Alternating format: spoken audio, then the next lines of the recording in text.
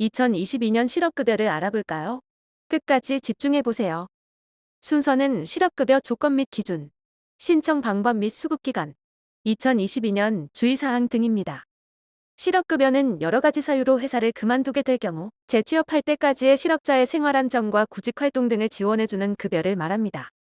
실업급여를 받기 위해서는 5가지 조건을 충족해야 하며 내가 해당이 되는지를 확인한 후 신청해야 합니다. 그럼 실업급여를 받기 위한 5가지 조건을 하나씩 알아볼까요? 첫 번째로 고용보험에 가입되어 있어야 합니다.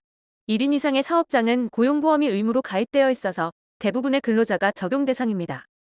하지만 실업급여 적용 제외 대상도 있습니다.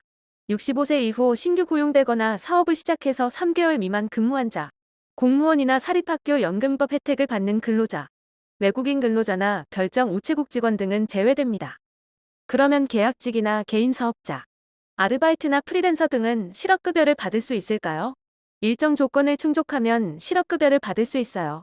자세한 내용은 영상 말미에 설명드릴게요. 두 번째로 유급휴일을 포함한 실제 근무일수가 180일 이상이어야 합니다. 기간은 이직일을 기준으로 직전 18개월 동안입니다. 실제 근무일수 180일에는 유급휴일과 휴업수당을 지급받는 날이 모두 포함됩니다. 그리고 공휴일과 무급휴일은 제외되기 때문에 근로계약서에 나온 실제 근무일수를 잘 파악하는 게 중요합니다. 세 번째로 비자발적인 정당한 퇴직 사유가 있어야 합니다. 일할 수 있는 능력과 의지가 있음에도 퇴직을 당했다면 정당한 사유가 됩니다.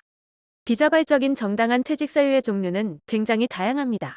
일반적으로 근로계약서와 다른 근로조건이나 임금체불이나 강제퇴사, 최저시급 이하의 임금을 주거나 연장 근로제한을 위반한 경우, 종교나 성별이나 장애차별 등이 해당됩니다. 만약 질병으로 퇴직할 경우 실업급여 적용 대상일까요? 원칙적으로는 질병은 실업급여 적용 대상의 사유가 아닙니다. 하지만 일정 조건을 충족하면 실업급여를 받을 수 있습니다. 질병으로 인해 퇴직을 생각한다면 일단 진단서를 발급받고 의사소견서를 받아두어야 합니다. 그리고 난 후 회사의 업무 이동이나 휴직 등을 신청해야 합니다. 만약 회사에서 불가하다고 결정이 날 경우 그때 퇴직 의사를 밝히고 퇴직하면 실업급여를 받을 수 있습니다. 만약 자발적으로 퇴직한 경우에도 실업급여를 받을 수 있을까요? 이직을 회피하기 위해 충분히 노력한 것을 증명할 수 있다면 자발적으로 퇴직한 경우에도 실업급여를 받을 수 있습니다. 네 번째로 반드시 구직 신청과 수급 자격 신청을 해야 합니다. 실업급여 조건이 되더라도 신청하지 않으면 당연히 실업급여를 받을 수가 없겠죠? 마지막으로 적극적인 재취업 의사를 인정받아야 합니다. 따라서 다양한 구직활동과 온라인 취업 특강 수강 등이 필요합니다. 예를 들어 고용센터에서 진행하는 직업 관련 프로그램을 수강하거나 자영업자 활동 계획서나 관련 서류 등을 작성해야 합니다. 그래서 적극적인 재취업 노력에 대한 증빙을 실업 인정기간 내에 담당자에게 인정받아야만 실업급여 수급이 가능합니다. 이번에는 실업급여 신청 방법 4단계를 하나씩 알아볼까요? 첫 번째로 실업 직후 고용보험 홈페이지에서 수급 자격 신청자 교육을 수강해야 합니다. 고용보험 홈페이지 상단에 개인 서비스를 클릭하고 실업급여를 클릭한 후에 수급 자격 신청자 온라인 교육을 클릭하면 됩니다. 공동인증서 인증이 필요하므로 공동인증서는 꼭 준비하세요. 수급 자격 신청자 온라인 교육은 시작 후 7일 이내에 수료를 마쳐야 합니다. 그리고 온라인 교육 수료 후에는 14일 이내에 고용센터를 방문해야 합니다. 두 번째로 워크넷 사이트에 접속해서 구직 신청서를 등록해야 합니다.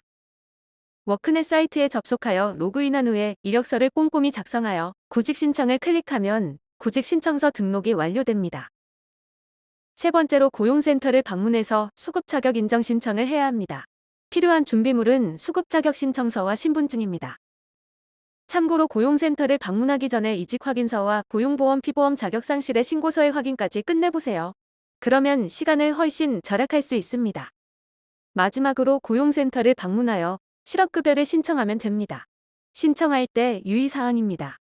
고용센터를 직접 방문해서 신청해야 합니다.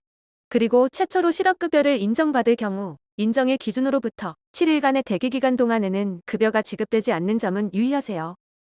다음으로 실업급여 수급기간입니다. 최대 언제까지 받을 수 있을까요? 일단 실업급여는 반드시 퇴직 후 1년 이내에 신청해야 합니다. 이왕이면 빨리 신청하는 것이 좋습니다. 중간에 재취업하거나 퇴직 후 1년이 지나면 지급받을 급여 일수가 남아있더라도 자격이 자동 소멸되기 때문입니다. 따라서 실업급여는 최대한 빨리 신청하는 게 좋겠죠?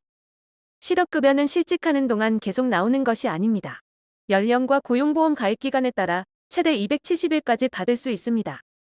예를 들어 50세 미만이면서 고용보험 가입기간이 2년이라면 실업급여를 150일까지 받을 수 있습니다.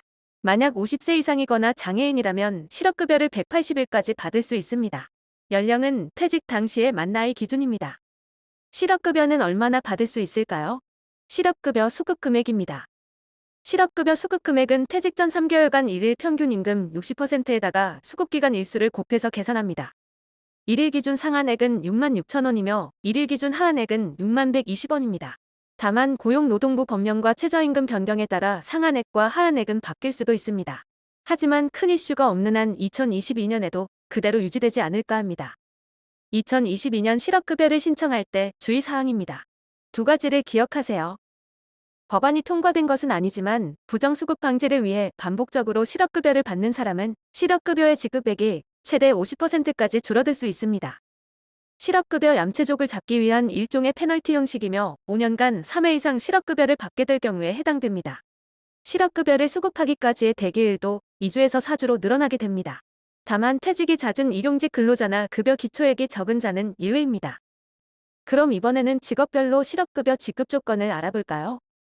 계약직은 근로기간이 2년을 초과하지 않은 일용직 근로자로 계약기간이 끝난 후에 퇴직했다면 실업급여를 받을 수 있습니다. 단 180일 이상 근무해야 합니다.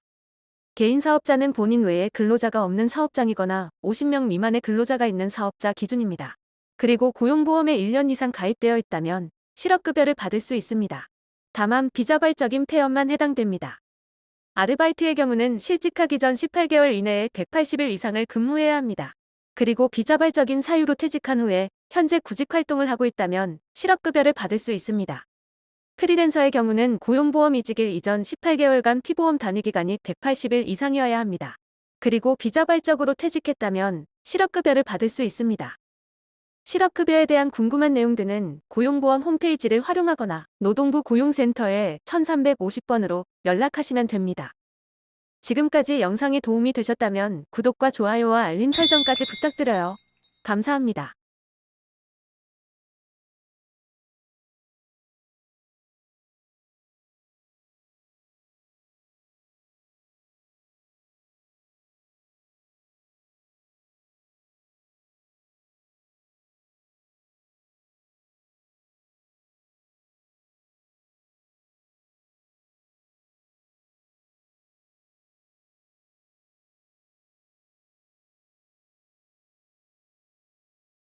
마지막으로 실업급여 문의사항은 고용보험 사이트를 활용하거나 노동부 고용센터로 연락을 하시면 됩니다.